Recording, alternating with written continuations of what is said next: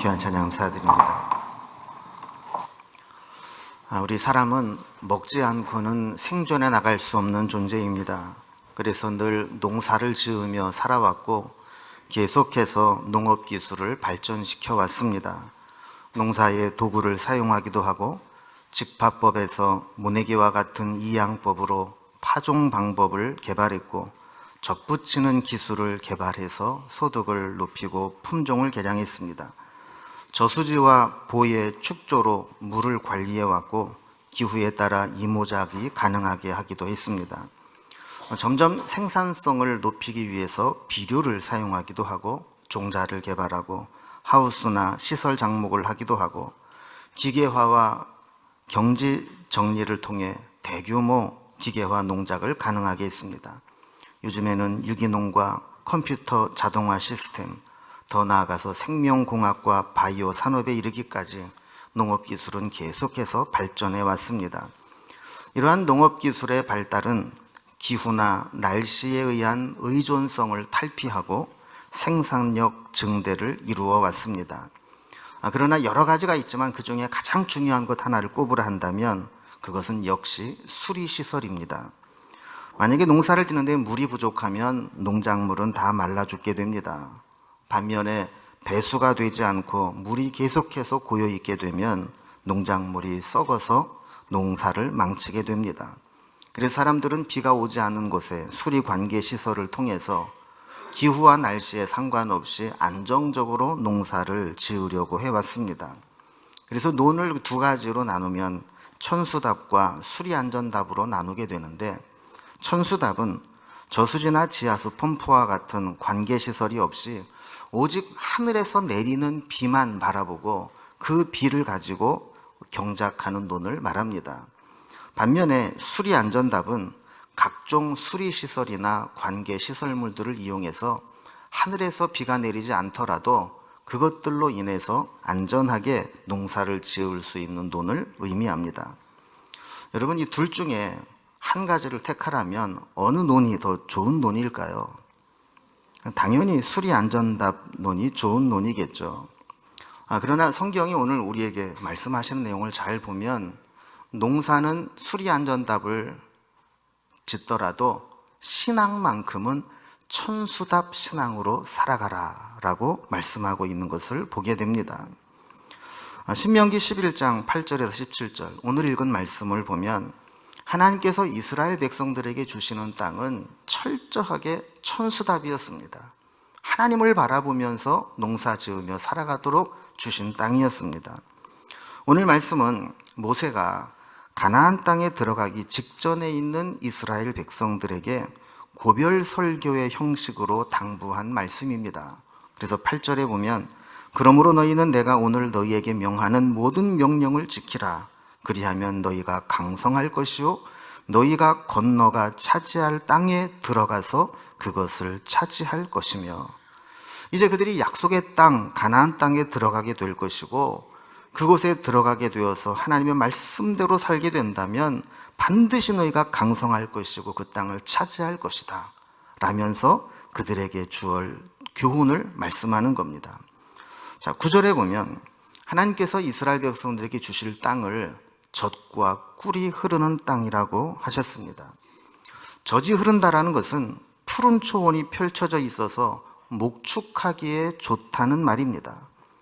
꿀이 흐른다라는 것은 꽃이 만발하게 피어서 벌들이 꽃을 통해 꿀을 만들어내기에 풍성하다라는 말입니다. 그런데 막상 이스라엘 땅에 가보면 그렇게 젖과 꿀이 흐르는 땅이 아닙니다. 그렇게 좋은 땅들이 없습니다. 다 척박합니다. 그래서 어떤 학자들은 꿀이 벌꿀이 아니라 꿀처럼 단맛을 내는 대추야자라고 보기도 합니다. 그러나 그것이 꿀이 되었든 대추야자가 되었든 어느 것으로 보더라도 그 땅을 젖과 꿀이 흐르는 땅이다 라고 말하기에는 무리가 있는 지형을 가지고 있습니다. 오늘 말씀을 잘 보면 젖과 꿀이 흐른다라고 하는 것은 단순히 농사가 잘 되고 기후가 좋고 소출이 많다는 것을 의미하는 것이 아니라는 사실을 알게 되죠. 10절과 11절 말씀에 보면 이스라엘 백성들이 이제 약속의 땅에 들어가기 전에 애굽에서 살았던 애굽 땅과 이제 가나안 땅에 들어가게 될 약속의 땅이 어떻게 다른가를 비교해서 설명을 해주고 있는 것을 보게 됩니다. 먼저 10절에 보면 애굽 땅에 대한 설명을 하는데 10절에 이렇게 말씀합니다. 내가 들어가 차지하려는 땅은 내가 나온 애굽 땅과 같지 아니하니 거기에서는 너희가 파종한 후에 발로 물대기를 채소밭에 댐과 같이 하였거니와 라고 했습니다. 아까 설명드린 천수답과 수리안전답으로 구분을 해본다면 애굽은 수리안전답과 같은 곳이었습니다. 왜냐하면 나일강이라는 큰 강이 마르지 않고 계속 흐르고 있었고 또 그 주변에는 산이 없고 거의 평지로 되어 있는 사막 지역이라 나일강에서 물을 끌어다가 얼마든지 농사를 지을 수 있었기 때문입니다. 자, 아까 읽은 10절에 발로 물을 채소밭에 대었다라고 했는데 벌써 이 당시에 애굽에서는 물레방아와 같은 수차를 만들어서 발로 그 물레방아를 돌려서 나일강의 물줄기를 끌어왔었다라는 것을 말하는 겁니다. 그러니까 그 당시에 노예 생활을 했던 이스라엘 백성들이 얼마나 고생을 하고 비참한 삶을 살아왔는지를 알 수 있게 되는 대목이죠. 그래서 그들은 나일강의 물줄기를 통해서 물을 끌어다가 농사를 짓는 수리안전답에서의 삶을 살아왔던 것입니다. 자, 애굽에는 아까 말씀드린 것처럼 나일강이 있죠. 이 나일강은 총 길이가 6,650km나 되는 세계에서 가장 긴 강입니다. 아프리카 적도 남쪽 고원지대인 빅토리아 호수에서 발원을 한 이 강은 아프리카 북동부로 흘러가게 되는데 그 유역 면적이 자그만치 334만 9,900제곱킬로미터로 아프리카 대륙의 10분의 1 정도를 차지하게 되는 땅입니다. 나일강 하류의 삼각주라고 부르는 델타 지역을 제외하고는 나일강 양쪽은 전부 사막으로 덮여 있고 비도 오지 않습니다. 그러나 나일강 이 위성 사진에서도 볼 수 있듯이 나일강 주변은 다 메마른 황토빛 사막이지만 나일강이 흐르는 그 지역은 그곳에서 물을 끌어다 쓰기 때문에 농사를 지을 수 있어서 푸르른 색깔로 표시되는 것을 보게 됩니다. 그래서 저들에게 복의 근원은 나일강이었습니다. 저들은 나일강을 떠나서는 살아갈 수가 없었고 나일강을 생명의 젖줄처럼 의지하고 살았습니다. 애굽 사람들은 이 나일강을 통해 신념처럼 가지고 있는 생각이 있습니다. 하늘에서 비가 내리지 않는다 할지라도 저 나일강만 마르지 않는다면 우리는 그 나일강을 통해서 얼마든지 물을 끌어다가 농사를 짓고 풍요롭게 살 수 있다라고 하는 생각입니다. 성경에서 애굽은 세상 나라를 상징합니다. 애굽의 젖줄인 나일강은 세상이 주는 풍요로움의 상징입니다. 애굽에 사는 사람들은 나일강을 통해서 모든 필요한 것들을 얻습니다. 오늘날에도 얼마나 많은 사람들이 세상을 의지하고 세상이 주는 쾌락과 풍요로움을 쫓아 살아가고 있는지 모릅니다. 심지어 신앙인들조차도 하나님보다 나일강과 같은 세상의 끈을 붙잡고 세상이 주는 것으로 만족하며 살아가고 하는 사람들이 늘어나고 있습니다. 그래서 돈이 하나님을 대신합니다. 세상의 쾌락과 행복이 하나님의 자리를 대신 꿰차고 있습니다. 성공과 출세가 하나님을 대신해 버리는 시대가 되고 말았습니다. 그들은 하나님 없이도 잘만 살 수 있다고 생각합니다. 그래서 오히려 하나님을 불편해하고 신앙을 거추장스럽게 여기는 시대가 되었고 급기야는 하나님에 대해서 무관심한 그런 신인류가 탄생하고 말았습니다. 많은 부모들이 자식들이 하나님을 멀리하고 떠나 있어도 일단 좋은 대학에 들어가고 좋은 직장에만 들어가고 일찍 승진하고 돈만 잘 벌 수 있다면 하나님으로부터 조금 멀어져도 세상을 향해 나아가도 그것을 그렇게 심각하게 여기지 못하는 신앙인들이 늘어나고 있다는 겁니다. 이렇게 애굽 땅은 나일강이라고 하는 큰 젖줄이 있고 그 젖줄로 인해서 풍요롭게 살고 있었던 땅이었습니다. 그러나 가나안은 상황이 다릅니다. 가나안 땅이 어떻다고 기록하고 있나요? 오늘 말씀 11절에 보면 너희가 건너가 차지할 땅은 산과 골짜기가 있어 하늘에서 내리는 비를 흡수하는 땅이요 라고 말씀합니다. 산과 골짜기가 있다는 것은 높낮이가 있는 지형이어서 비가 온다 할지라도 비가 고여있지 않고 골짜기를 통해 다 흘러가버리고 만다는 겁니다. 그 땅이 내리는 비를 흡수하는 땅이라고 하는 것 역시 비를 저장해 놓을 수 있는 저수지나 연못 같은 것이 있어서 그것을 끌어다가 쓸 수 있는 그런 땅이 아니라는 것이죠. 아까의 비유로 설명을 드린다면 애굽 땅은 수리 안전답이고 하나님이 젖과 꿀이 흐르는 땅이라고 주신 가나안 땅은 철저하게 천수답이었던 겁니다. 이 이스라엘 땅은 참 희한한 땅입니다. 이전에 성지순례를 갔을 때 가이드 목사님의 이야기를 들어보면 정말 신비로운 땅이 가나안 땅, 지금 이스라엘입니다. 크기는 우리나라의 강원도를 합한 것보다 조금 더 큰 작은 땅덩어리입니다. 우리나라도 작은데 우리나라보다 더 작으니 얼마나 작은 나라겠어요. 그런데 거기에 없는 게 없습니다. 이스라엘의 지도를 보면 제일 북쪽에 헤르몬산이라고 있는데 이 산의 해발이 2814m입니다. 그래서 이곳에는 만년설이 있고 눈이 덮여 있고 스키장이 있습니다. 그런데 맨 아래에 아카바만, 홍해로 연결되는 아카바만에 보면 여기에는 아주 날씨가 좋아서 1년 내내 해수욕을 할 수 있는 곳입니다. 자, 그리고 그 위에 아까 헤르몬산에서 내려온 그 물들은 단이라고 하는 곳을 거치면서 폭포와 시냇가를 형성하고 이것이 갈릴리 호수의 수원지가 됩니다. 그리고 그 갈릴리 남쪽에 보면 이스라엘 평야가 있고 지중해 연안으로는 해안 평야가 있습니다. 사마리아 산지라고도 부르는 에브라임 산지에는 목축을 할 수 있는 초장이 있고 사해 서편에는 유대 광야, 사해 아래의 부엘세바 밑으로는 네게부 사막이라고 하는 곳이 있어서 사람이 전혀 살 수 없는 광야와 사막으로 이루어져 있습니다.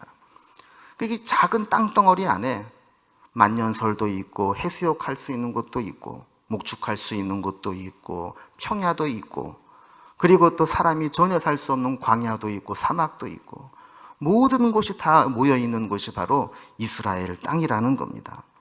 그런데 성경에서 이 이스라엘이 애굽과 다르다라고 말씀하는데 가장 큰 다른 점은 가나안 땅에는 물이 없는 땅이라는 겁니다.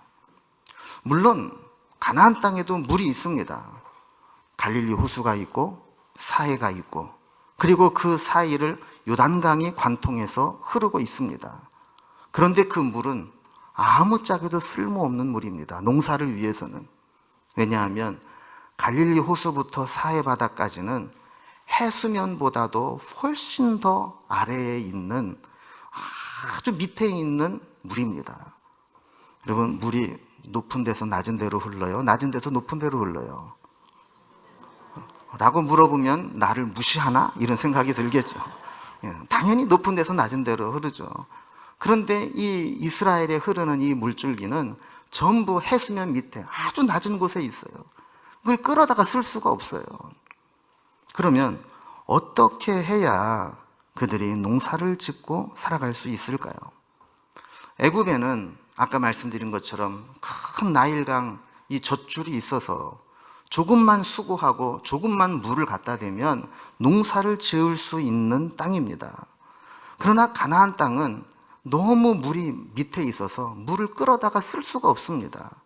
그들이 농사를 지으려면 오직 하늘에서 내려주시는 비를 바라보고 살아야만 농사를 지을 수 있는 곳입니다. 다른 말로 말하면 하나님의 은혜를 바라보고 하나님의 은혜가 없이는 살아갈 수 없는 땅이 바로 가나안 땅이라는 것이죠. 자, 그렇다면 그러한 힘든 곳, 척박한 곳을 왜 하나님은 그 가나안 땅을 젖과 꿀이 흐르는 땅이라고 표현을 하셨을까요? 그 이유를 12절에서 이렇게 설명합니다. 네 하나님 여호와께서 돌보아 주시는 땅이라.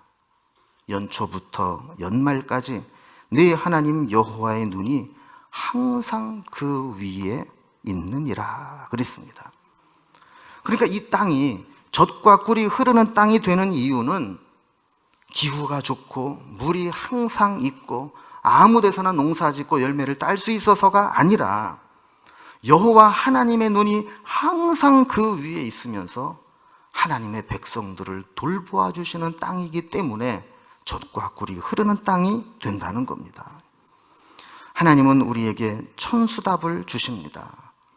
그러나 우리가 하나님의 말씀대로 살고 믿음으로 살아가게 되면 하나님은 때를 따라 이른 비와 늦은 비를 적당한 때에 내려주시기 때문에 그 어떤 수리 안전답보다도 더 풍성한 소출을 얻게 될 것이라고 약속해 주십니다. 그래서 13절에서 15절까지 말씀을 보면 이렇게 말씀합니다.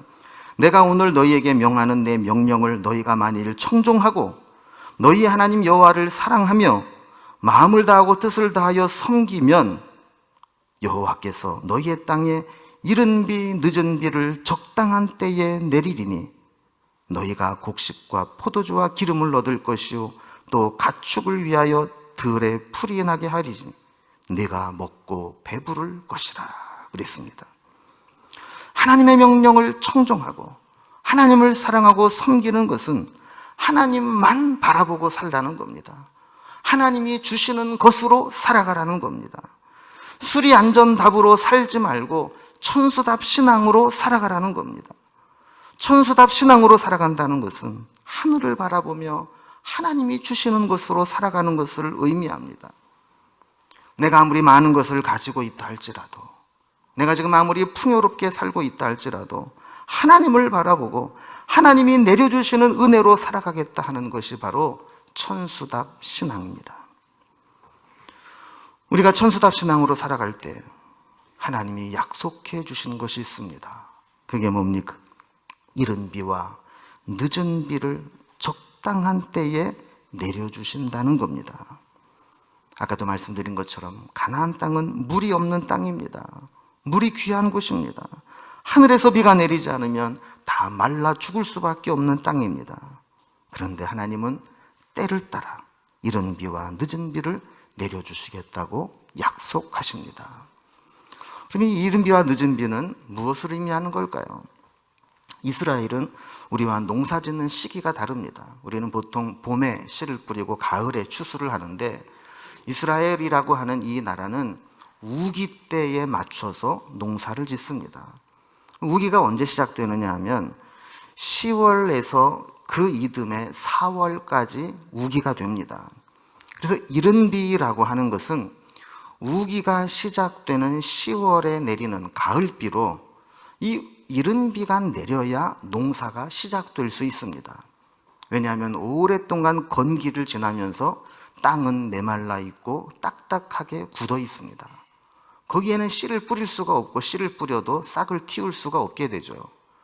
그래서 우기가 시작되면서 이 이른 비가 10월 가을 달에 흡족히 내리게 되면 그 메말랐던 땅이 습기를 머물게 되고 딱딱하게 굳었던 땅들이 포송포송하게 바뀌게 되는 것이죠. 자, 이렇게 되면 씨를 뿌리고 농사가 시작이 됩니다.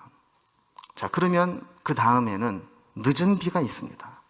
이 늦은 비는 우기가 끝나는 3, 4월경에 내리는 봄비를 말합니다.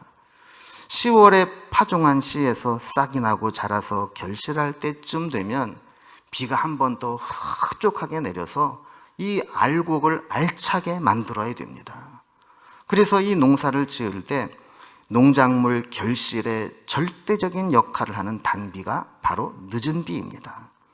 늦은 비가 내리지 않으면 추수 전에 가뭄이 들면 열매가 맺히기는 맺혀 있는데 속이 빈 쭉정이만 거두게 됩니다. 농사는 다 때가 있습니다.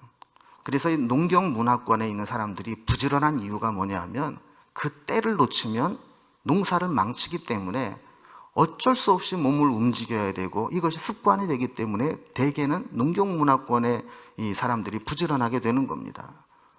농사가 마찬가지죠. 때를 따라서 비가 오면 파종을 해야 되고 또 열매가 맺히면 그것을 빨리 추수를 해야 됩니다. 그래서 만약에 파종해야 될 때 이른 비가 내리지 않거나 결실을 앞두고 늦은 비가 내리지 않는다면 그해 농사는 망치게 되는 것이고 그 땅에 기근이 오게 되는 겁니다. 그런데 하나님은 우리가 천수답 신앙을 가지고 살아가는 한 이 이른 비와 늦은 비를 적당한 때에 내려주시는 은혜를 끊거나 중단하지 않겠다고 약속해 주시는 겁니다. 그러나 그 다음에 보면 믿음으로 살지 않으면 하나님께서 반대의 경고의 말씀도 주십니다. 하늘을 닫아 비를 내리지 않게 하며 땅이 소산을 내지 못하게 하실 것이라고 말씀합니다. 우리가 하나님을 바라보지 않고 세상에 기웃거리고 우상을 섬기게 된다면 하나님은 진노하셔서 하늘을 닫아버리고 비가 내리지 않게 하셔서 그 땅에 소산을 내리지 못하게 하고 필경은 멸망에 이르게 될 거라고 경고하시는 겁니다. 자, 그렇다면 우리는 그런 생각을 좀 하게 됩니다. 기껏 애굽에서 힘들게 이스라엘 백성들을 이끌고 왔다면 좀 좋은 땅으로 좀 데려가시지. 왜 이렇게 척박하고 하나님이 비를 내리지 않으면 살 수 없는 그런 땅으로 인도해 가셨을까 하는 겁니다. 우리가 생각하기에는 젖과 꿀이 흐르는 땅이 말 그대로 농사를 짓지 않아도 먹을 것이 지천에 깔려 있고 그냥 거두는 수고만 하면 얼마든지 추수할 수 있는, 조금만 애를 쓰고 수고하면 먹을 수 있는 그런 땅을 주셨으면 좋았을 것 같지 않습니까? 그런데 하나님은 왜 그 좋은 땅은 주지 않으시고 이렇게 늘 하늘을 바라보고 하늘에서 내리는 비를 기다리고 한순간도 긴장을 풀지 못하고 조마조마하게 하나님을 바라보고 살아가게 하셨을까요? 하나님은 우리가 그 땅에 들어가서 매 순간 하나님을 바라보고 하나님을 의지하고 하나님의 은혜로 살아가기를 원하셨습니다. 만약에 그렇지 않고 풍성하고 넉넉한 땅에 보냈더라면 저들은 금방 교만해지고 하나님으로부터 멀어지기 때문입니다. 여러분, 우리도 그렇지 않습니까? 조금 살만해졌다고, 조금 먹고 살만해졌다고 하나님에 대한 간절함이 없습니다. 사모함이 없습니다. 하나님을 바라보고 사는 것이 아니라 세상에서 먹고 살 공에 다 해놓고 살아가다 보니까 하나님 없이도 살아가는, 애굽에서 살아가는 것과 별반 다른 것 없는 그런 삶을 살아가는 사람들이 얼마나 많으냐 하는 겁니다. 가나안 땅은 하나님 없이는 살아갈 수 없는 땅입니다. 하나님 없이 살다가는 실패하고 궁핍하고 무능력하게 되고 필경 망하게 되는 땅입니다. 그래서 가나안 땅에서 살아가려면 하나님만 바라보고 하나님을 의지하는 법을 배워야 합니다. 하나님을 떠나지 않고 하나님을 붙잡는 법을 배워야 합니다. 이른 비와 늦은 비가 내리지 않을 때 회개하고 하나님께로 돌이켜 다시 하나님의 은혜를 구하는 기도를 배워야 합니다. 때로 이 땅에서 실패한다 할지라도 하나님의 도우심으로 다시 일어나는 법을 배워야 합니다. 그래서 하나님이 주시는 은혜가 아니면 나는 아무것도 할 수 없는 자라는 것을 깨닫게 되고 그 하나님을 붙잡고 살아가는 것이 바로 하나님이 우리에게 허락하신 약속의 땅이요, 그곳에서 누리는 것이 젖과 꿀이 흐르는 것이라는 겁니다. 여러분, 만약에 우리가 그렇게 하나님을 바라보지 않고 그렇게 하나님만 의지하지 않고도 내 힘으로 얼마든지 잘 먹고 잘 살아가고 있었다면 우리는 하나님이 주신 땅이 아니라 여전히 애굽과 같은 세상에서 살아가고 있었다는 증거입니다. 아직 하나님 백성답게 살지 못하고 있다는 증거입니다. 하나님은 우리가 하나님 없이는 살아갈 수 없는 존재로 살아가기를 원하십니다. 저들이 살게 될 가나안 땅이 애굽 땅과 같지 않다라고 하는 것은 토질이나 기후가 같지 않다는 것을 의미하는 것이 아닙니다. 저들이 애굽에서 나와 가나안 땅에 들어가게 되면 이제 살아가는 방식이 달라져야 하고 나에게 축복이 되는 축복의 근원, 복의 원천이 달라지게 된다는 것을 깨달아야 된다는 의미입니다. 그래서 세상에 사는 방식이 아니라 가나안에서 살아가는 방식, 하나님을 바라보는 방식으로 살아가야 된다는 것이죠. 여러분, 세상의 방식, 애굽의 방식이 뭡니까? 열심히 수고하고 노력해야 살아갈 수 있고 수고하고 노력한 만큼 성공할 수 있다는 원리가 지배하는 것이 세상이요 애굽입니다. 일정 부분 이 원리는 통용됩니다. 그래서 믿음의 사람들도 열심히 살아야 되고 오히려 안 믿는 사람보다도 성실하게 살아가야 합니다. 그러나 문제는 우리가 열심히 살아간다고 해서 다 성공하고 잘 되는 것은 아니라는 겁니다. 여러분, 우리가 경험하지 않습니까? 열심히 하니까 다 되던가요? 최선을 다하니까 모든 것에 좋은 결과가 오던가요? 이것은 애굽의 원리입니다. 가나안의 원리는 그 위에 하나님의 은혜가 부어지는 곳입니다. 하나님의 은혜를 붙잡고 살아가는 것입니다. 하나님의 백성은 하나님 나라의 방식대로 살아가야 합니다. 그래서 하나님이 주신 은혜로 살아가는 겁니다. 밭에 물을 줘야 되면 어떻게 물을 주면 좋을까요? 어떤 사람이 밭에 물을 공급하는 방법을 4가지로 비유를 들어 설명을 했습니다. 첫 번째는 물이 있는 곳에 가서 물을 직접 길어다가 밭에다 물을 계속 주는 겁니다. 두 번째 방법은 그 옆에 우물을 파서 그 우물에서 물을 길어다가 물을 주는 것이죠. 세 번째 방식은 저수지나 강에서 물줄기를 돌려서 내 밭으로 물이 지나가게 만드는 것입니다. 그리고 마지막 4번째는 하늘에서 비가 내려서 땅을 적셔주는 것입니다. 여러분, 어느 게 가장 좋은 방법일까요? 1번이라고 생각하는 정신 나간 사람은 없겠죠. 원래 이 이야기는 영성신학에서 우리의 기도 생활에 성령님의 개입하심을 설명할 때 비유로 설명하는 이야기입니다. 처음에 기도할 때에는 물이 있는 곳을 찾아가 물을 길어와야 하듯이 수고하고 힘들게 기도를 시작합니다. 기도하는 자리에 나오는 것 자체가 수고로움이고 힘이 듭니다.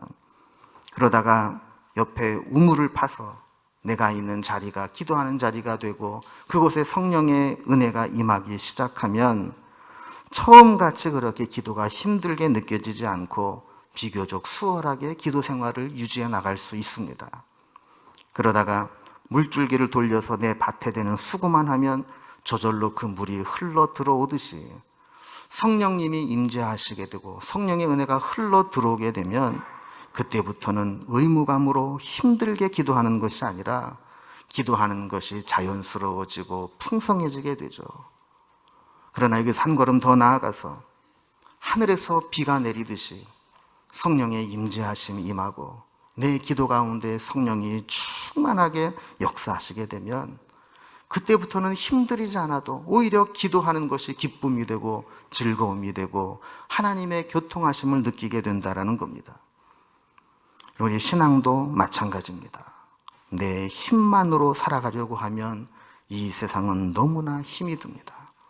아까 애굽에서 저들이 발로 채소밭에 물을 댐과 같이, 여러분, 사람이 발로 그 큰 수차를 돌려서 나일강 물줄기를 끌어오려면 얼마나 애를 쓰고 힘을 들여야 되겠어요. 이 세상은 그렇게 힘들게 살아가야 되는 세상입니다. 그러나 하나님이 거기에 비를 내려주시면 굳이 그렇게 힘들게 수차를 돌리지 않아도 하나님의 이른 비와 늦은 비가 때를 따라 적당하게 내리기만 한다면 우리는 은혜로 살아갈 수 있게 되는 겁니다. 지금 당장 보기에는 저수지에 물이 가득하고 그것을 끌어올 수 있는 장비가 있으면 마음이 편안합니다. 그러나 그것으로 우리가 살아가는 것이 아닙니다. 중요한 것은 수리 안전답도 비가 오고 물의 근원이 있어야 그 물을 활용할 수 있다는 거예요. 아예 비가 내리지 않고 수원지부터 말라버린다면 흘러갈 강물도 없고 끌어올 수 있는 물도 메말라 없어지고 맙니다. 우리가 아무리 방비를 하고 준비하고 최선을 다해 살아간다 할지라도 우리에게 비를 내려주시는 하나님, 우리에게 필요한 은혜를 베풀어 주시는 하나님, 그 하나님을 붙잡고 의지하고 살아가야 됩니다. 천수답도 때를 따라 이른 비와 늦은 비를 적당하게 내려주시기만 한다면 그 어떤 수리 안전답보다도 안전하고 풍성한 소산을 얻게 됩니다. 하나님은 우리가 이 세상에서 하나님 없이 이 세상의 풍요로움과 평안과 안전함을 추구하는 삶을 경고하십니다. 우리가 영적인 긴장을 풀고 하늘을 바라보지 않고 애굽을 바라보고 세상을 바라보는 것에 대해서 강력하게 경고하고 계십니다. 여러분, 하나님 앞에 솔직하게 여러분의 신앙을 돌아보시기 바랍니다. 여러분은 하나님만 바라보고 있습니까? 천수답 신앙으로 살아가고 있습니까? 아니면 여러분 주변에 있는 많은 것들, 그것을 의지하고 수리 안전답으로 살아가고 있습니까? 우리에게 많은 자원이 있다 할지라도 끝까지 하늘을 바라보고 하나님을 의지하고 애굽의 정신으로 살아가는 것이 아니라 젖과 꿀이 흐르는 가나안 땅에서 살아가는 하나님의 정신으로 살아갈 수 있기를 주님의 이름으로 기원합니다. 기도하겠습니다. 하나님 아버지, 우리의 삶을 돌아보면 안전하고 편안한 것들을 추구하며 하나님으로부터 우리의 시선을 놓치고 빼앗길 때가 많습니다. 하나님께서 우리에게 천수답 신앙으로 살아가라고 말씀하신 것처럼 우리도 늘 하나님을 바라보며 하나님을 의지하며 하나님이 주시는 것으로 살아가며 하나님이 나의 유일한 복의 원천이요 축복의 근원이 됨을 늘 기억하며 하나님을 붙잡고 하나님을 떠나지 않는 삶을 살게 하여 주옵소서. 예수님의 이름으로 기도드리옵나이다. 아멘.